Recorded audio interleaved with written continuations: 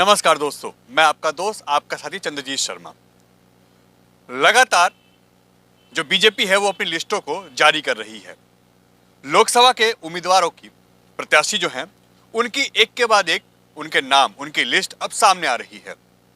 इसी कड़ी में आज बीजेपी ने अपनी दूसरी लिस्ट जारी कर दी, मगर अब इस लिस्ट को लेके जो दिल्ली की 2 सीटें बची थी, जो उत्तरी पश्चिम जहां से सांसद हंसराज हंस थे बीजेपी के, और पूर्वी दिल्ली जो कि गौतम गंभीर वहां से सांसद थे, उन दोनों की टिकट काट दी गई है। और यहां से 2 नए चेहरे, पूर्वी दिल्ली से गौतम गंभीर की जगह यहां से हर्ष मल्होत्रा को टिकट दी गई है।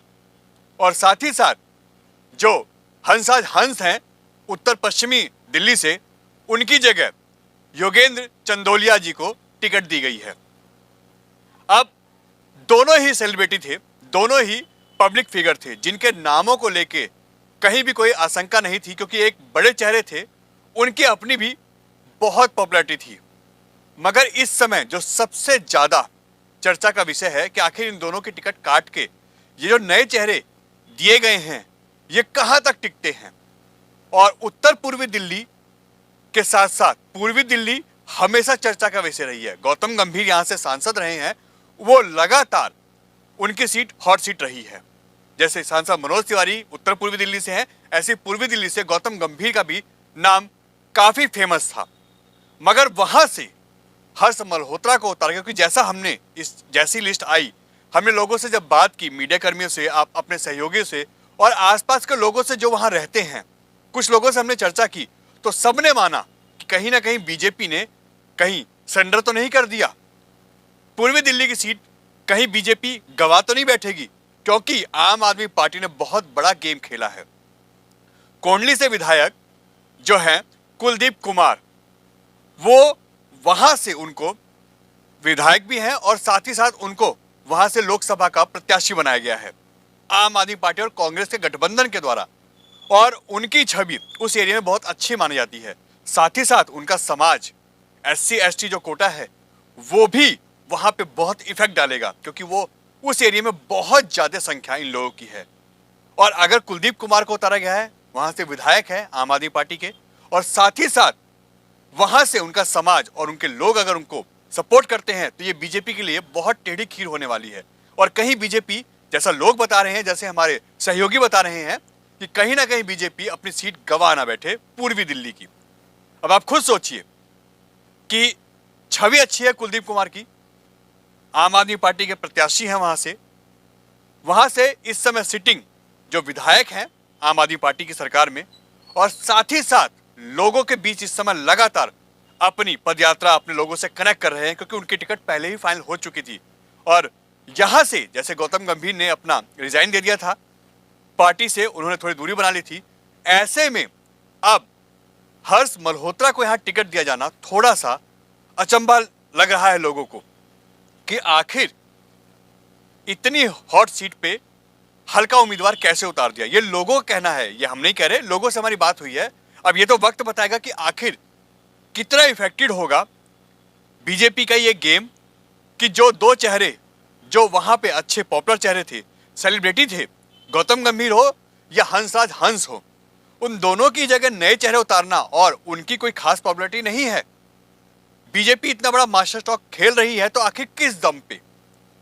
कहीं ऐसा ना हो कि दिल्ली में 7 सीट जो जीतने का ख्वाब है बीजेपी का, वो चकनाचूर हो जाए। जो लोगों से बात हो रही है, जो लोगों से हमने फीडबैक लिया अपने सहयोगी से, साथ काम करने वाले मीडिया कर्मियों से, तो उन्होंने साफ साफ बताया कि दिल्ली में हो सकता है कि 3 से 4 सीट बीजेपी अपनी गवा बैठे, क्योंकि आम आदमी पार्टी कांग्रेस का गठबंधन भी है। इसके साथ साथ जो सीटों पे नए चेहरे उतारे गए हैं वो 3 हैं, क्योंकि चांदनी चौक भी अब थोड़ा डाउटफुल लग रहा है, इसके साथ साथ पूर्वी दिल्ली लग रही है, और अब उत्तर पश्चिमी दिल्ली, तीनों ही सीट ऐसी लग रही हैं जहां कुछ ना उलटफेर हो सकता है। और अगर यहां पे दाव उल्टा पड़ता है बीजेपी का, तो लेने के देने पड़ जाएंगे। अब ये तो वक्त बताएगा कि किसका ऊंट करवट बैठेगा और किस करवट बैठेगा। क्या बीजेपी हकीकत में 7 सीट दिल्ली से जीत पाएगी, या फिर अपनी सीटें कुछ गवाएगी। क्लीन स्वीप जो उसकी है वो शायद इस बार ना हो पाए। ऐसा भी अगर होता है तो बीजेपी के लिए बहुत सेटबैक रहेगा और बहुत बड़ा झटका है। हर्ष मल्होत्रा जो पूर्वी दिल्ली के प्रत्याशी अभी घोषित किए गए हैं, देखते हैं वो क्या करिश्मा करते हैं और कुलदीप कुमार को कितनी बड़ी टक्कर देते हैं, क्योंकि आम आदमी पार्टी ने जो गेम खेला है वो बहुत बड़ा मास्टर स्ट्रोक है और आने वाले समय में यह बीजेपी के ऊपर भारी पड़ने वाला है। साथ ही साथ उत्तर पश्चिमी दिल्ली जो है वहां से भी हंस का टिकट काट के वहां से योगेंद्र चंदोलिया जी को जो टिकट दी गई है वो भी अब देखने वाली बात होगी, आखिर वहां से बीजेपी कैसे जीतेगी। 7 सीट में एक इस समय अगर बात करें तो बांसुरी स्वराज एक उनका दबदबा इस समय चल रहा है।